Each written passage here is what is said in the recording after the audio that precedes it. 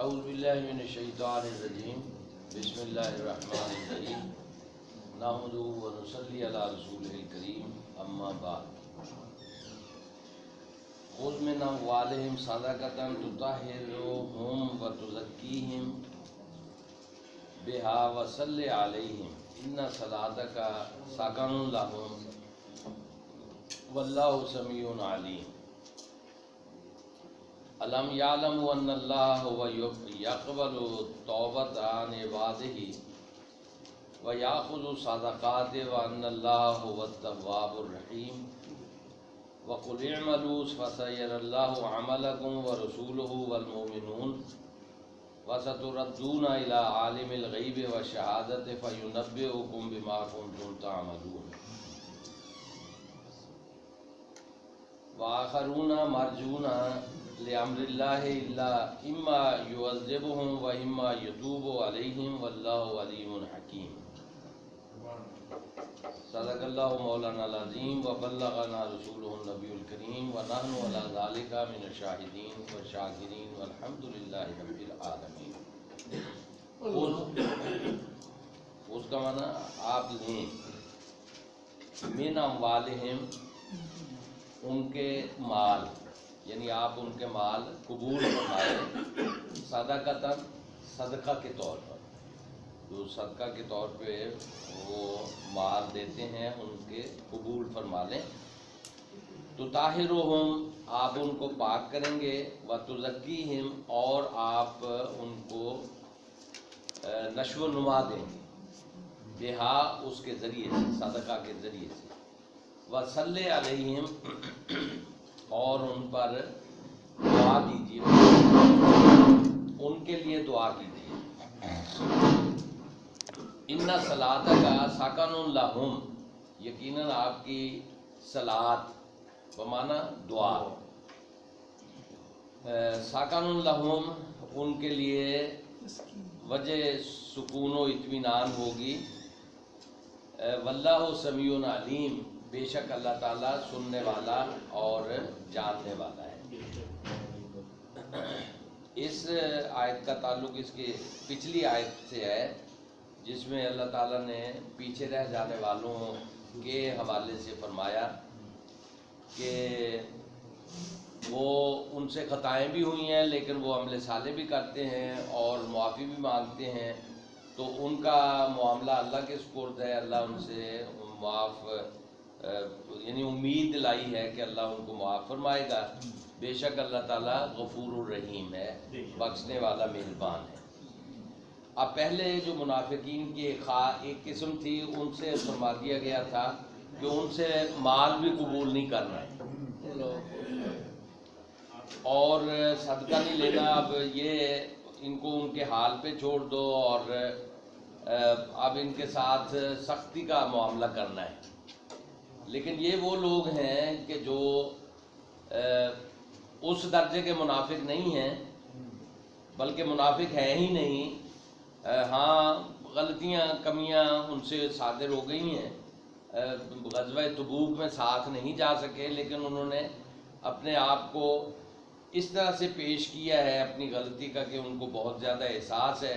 بعض لوگوں کے بارے میں آیا کہ انہوں نے اپنے آپ کو مسجد کے ستون کے ساتھ باندھ دیا اور کہا کہ نہ کھائیں گے نہ پیئیں گے جب تک اللہ اور اللہ کے رسول ہم سے راضی نہیں ہو جائیں گے۔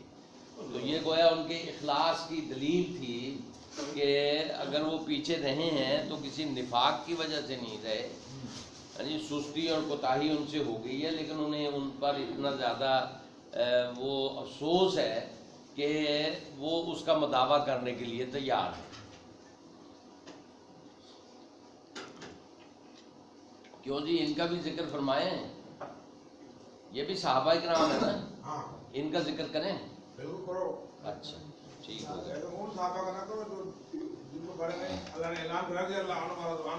ان کے بارے میں نہیں کیا،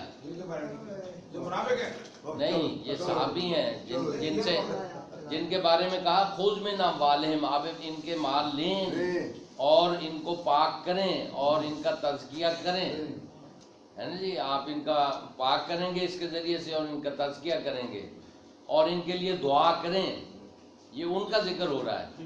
کریں؟ اللہ نے کر دیا ہے.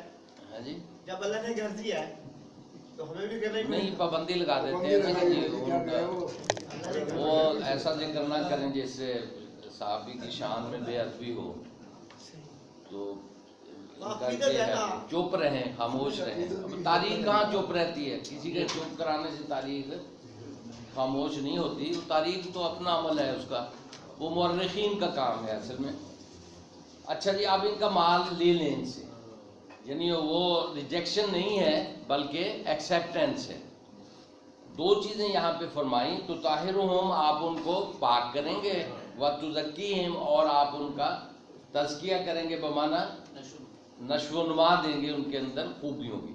اخلاقی رذائل سے پاک کرنا اور اخلاقی خوبیوں کو نشو و نما دینا، اس سے شخصیت بنتی ہے.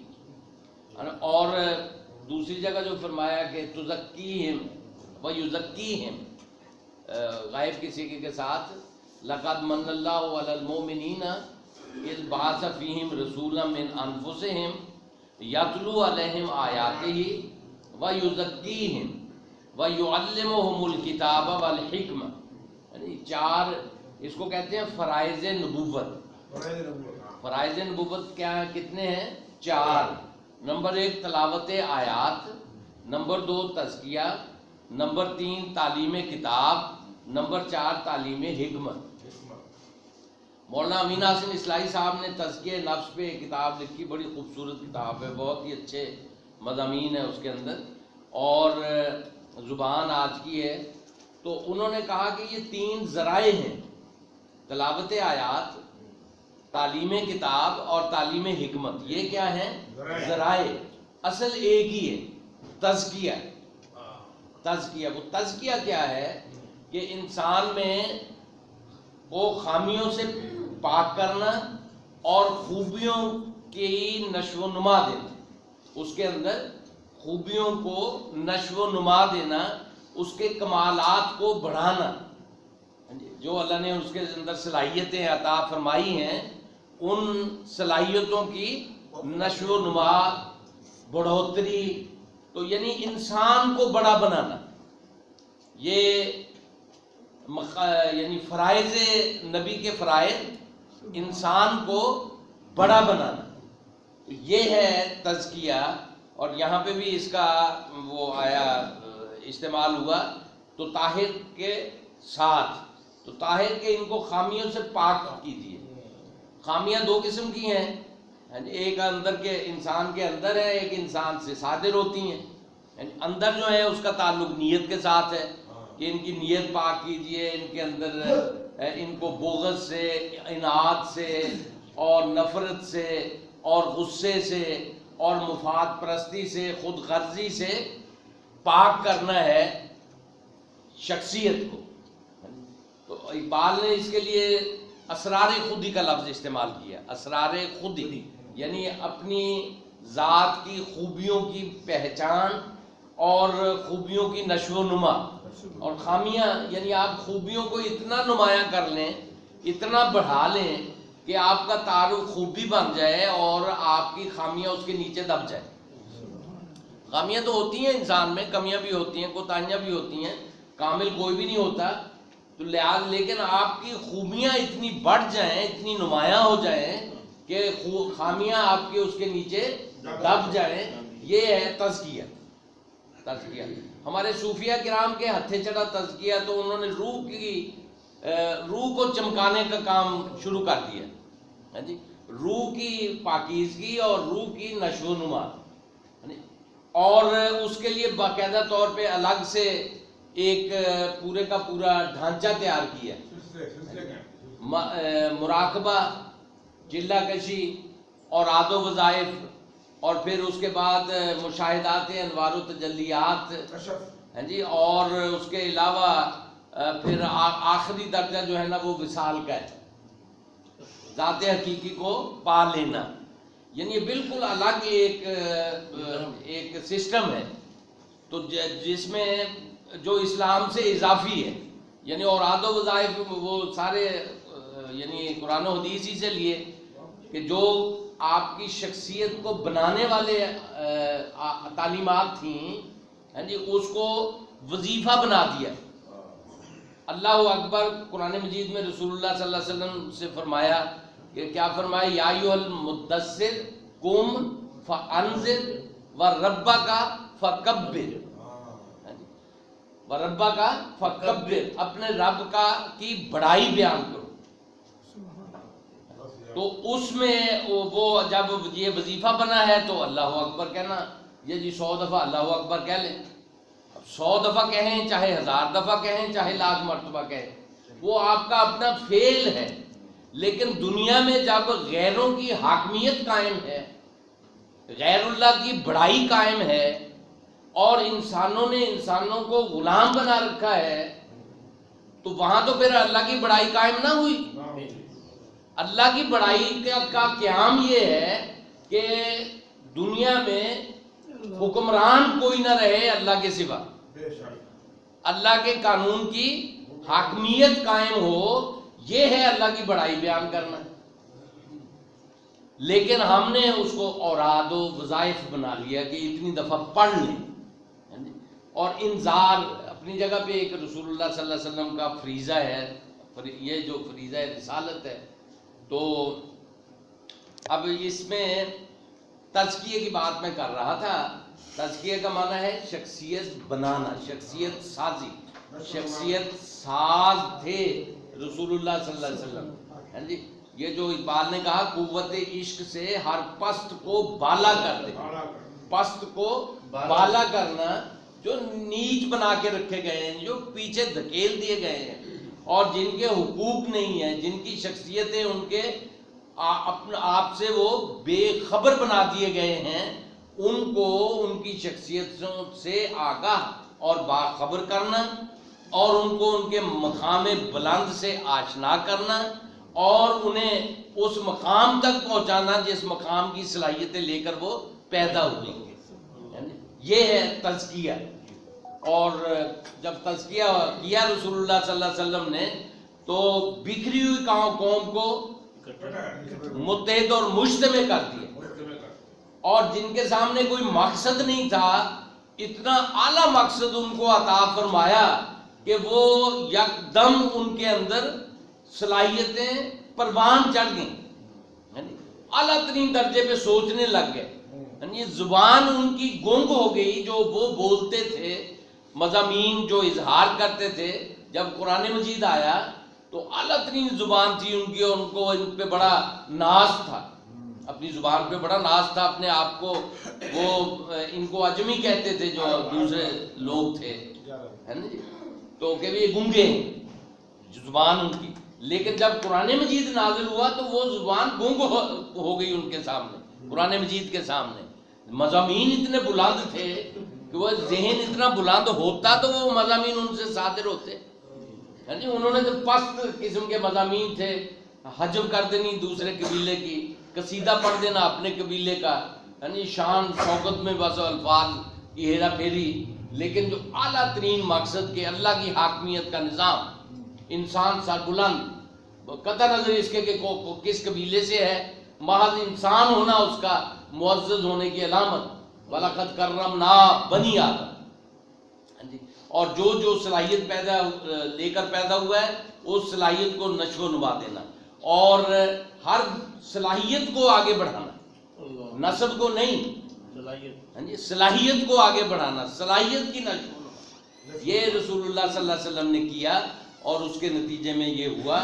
اور یہاں پہ پھر اسی کی بات ہے کہ ان کو آپ پاک کریں گے خامیوں سے، عیوب سے، اخلاقی، عملی جو ان کے اندر پیدا ہو گئی ہیں، اور ان کا تزکیہ کریں گے کہ ان کے اندر خوبیوں کو، کمالات کو نشو و نما دیں گے۔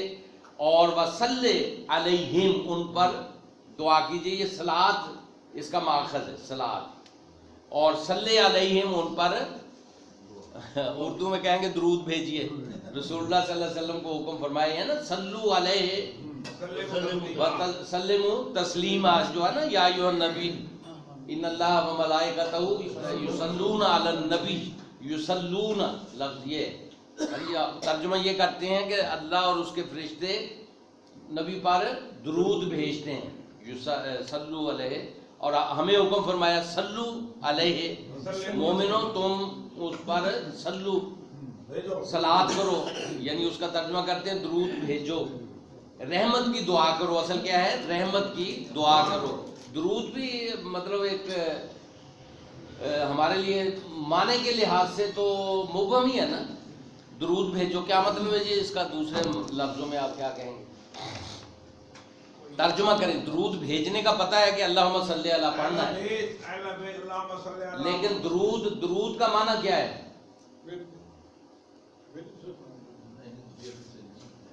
ہاں، اس کا کوئی ترجمہ کسی دوسری زبان میں نہیں ہو سکتا. کیوں نہیں ہو سکتا؟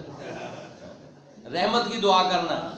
ہاں وہ تو صلاۃ ہے نا، ابھی رحمت کی دعا کرنا. یہ عربی فارسی کا درود فارسی زبان کا لفظ ہے، تو صلاۃ کا کیا معنی ہے؟ رحمت کی دعا کرنا. صلو علیہ، اللہ تعالیٰ جو حکم فرماتا ہے وہ کہتا ہے کہ ان پر رحمت کی دعا کرو.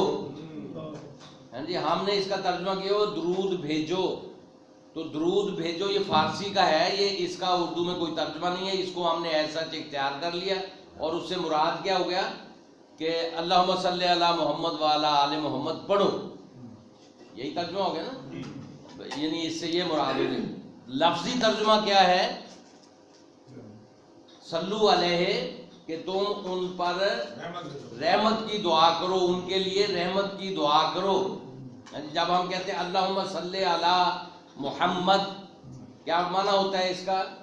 یا اللہ محمد صلی اللہ علیہ وسلم پر اپنی ڈھیروں رحمتیں نازل فرما. یہی کہتے ہیں نا. ترجمہ نہیں پتہ، بس وہ چلا ہوا ہے ایک. اور اتنا لفظ کتنا کثرت سے استعمال ہوتا ہے یہ لفظ. صلی کا مطلب کیا؟ صلاۃ سے ہے نا. رحمت کی دعا بتا تو دیا. اب یہ تھوڑی دیر بعد کہاں تھے آپ؟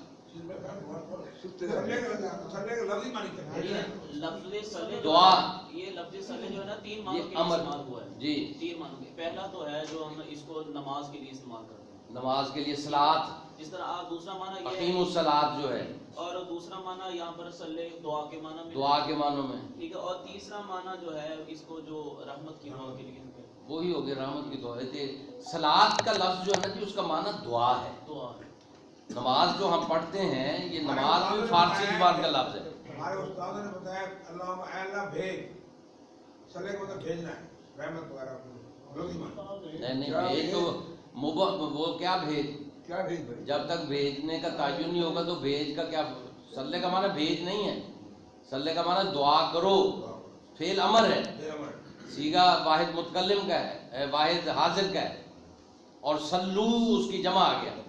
تم سب دعا کرو، تم سب دعا کرو علی النبی، نبی صلی اللہ علیہ وسلم کے لیے. تو یہاں اللہ نے رسول اللہ صلی اللہ علیہ وسلم کو حکم دیا کہ آپ دعا کریں ان کے لیے. ہاں جی. اور آگے ان صلاۃ کا یہ لفظ آگے صلاۃ کا بھی آ گیا. دیکھیں ان صلاۃ کا، یقیناً تیری دعا، آپ کی دعا سکن لہم، ان کے لیے وجہ اطمینان قلب اور سکون کا ذریعہ ہوگی. سکن لہم، آپ کی دعا ان کے لیے باعث سکون و مسرت ہوگی. تو رسول اللہ صلی اللہ علیہ وسلم دعا کریں تو کتنی خوشی ہوگی جن کے لیے حضور دعا کریں. تو واللہ سمیع علیم، بے شک اللہ تعالیٰ سمیع اور علیم ہے، سننے والا اور جاننے والا ہے. تو اللہ دلوں کے حال بھی جانتا ہے اور نیتوں سے بھی آگاہ ہے اور آپ کی دعائیں بھی سننے والا ہے. ہاں جی. اللہ میاں کے بارے میں یہ کہنا کہ وہ ہماری نہیں سنتا، یہ اللہ کی شان میں بے ادبی ہے نا جی. اور ہم اس سے اپنی منوانا چاہتے ہیں تو وہ پابند نہیں ہے کہ ہماری مانے. ہماری دعائیں نہیں سنتا ہے، اس کا مطلب کہ ہم جو اس کے سامنے دعا کریں وہ پوری نہیں کرتا ہے، اس کا یہ مطلب ہوتا ہے. تو اللہ ہماری خواہشات کا پابند نہیں ہے. اللہ نے اپنی کائنات چلانی ہے اور پوری کائنات اس کے سامنے، تو وہ اپنے اللہ نے اس کائنات کو جس قوانین کا پابند کر دیا ہے اس کا وہ محافظ ہے. کائنات کو سرٹن رولز اینڈ ریگولیشنز کا پابند کر دیا ہے اس کا وہ محافظ ہے، وہ قوانین اس طرح سے جاری اور ساری رہیں گے، اس کے اندر کوئی تبدیلی نہیں کر سکتا۔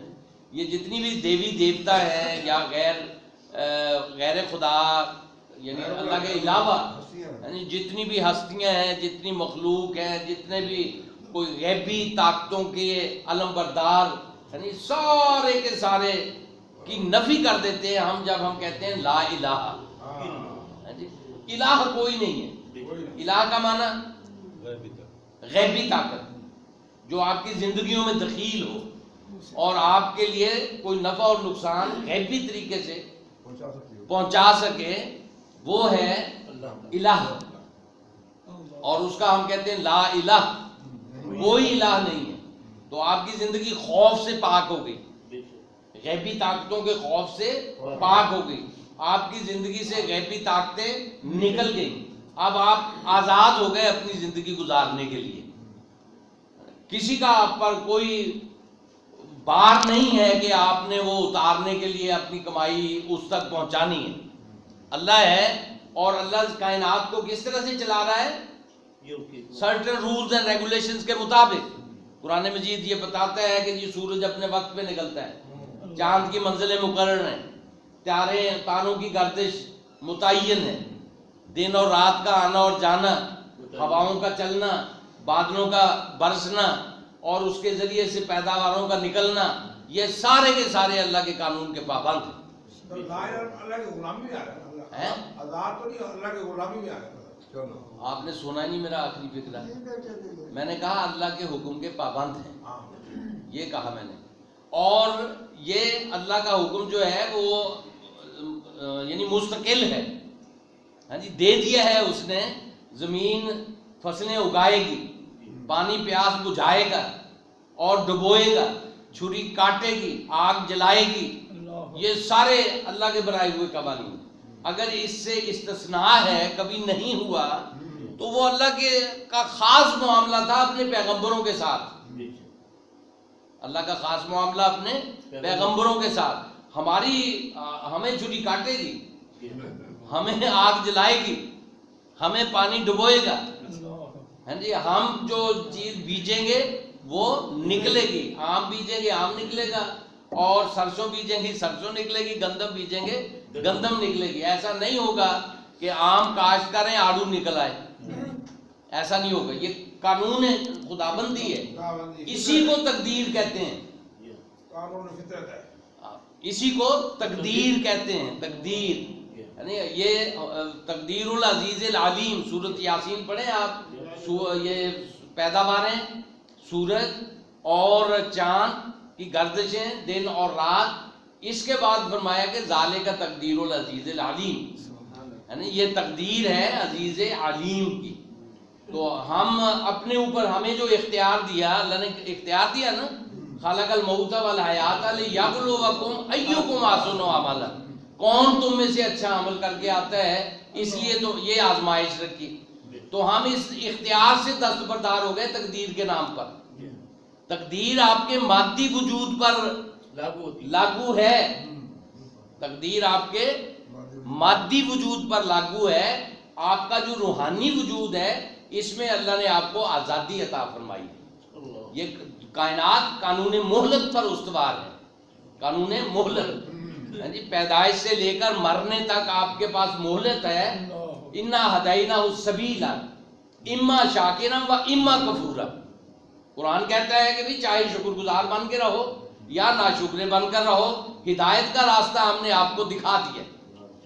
جب قرآن کہتا ہے کہ شکر گزار بن کر رہو یا ناشکرے بن کر رہو، یعنی یہ آپ کا اختیار ہے، تو کون ہے جو جس نے یہ اختیار چھین لیا اور کہا کہ اللہ نے پہلے سے لکھا ہوا ہے آپ اسی کے پابند ہیں؟ تو اگر پابند ہیں تو آپ کا جو امتحان ہے اس کا خاتمہ ہو گیا۔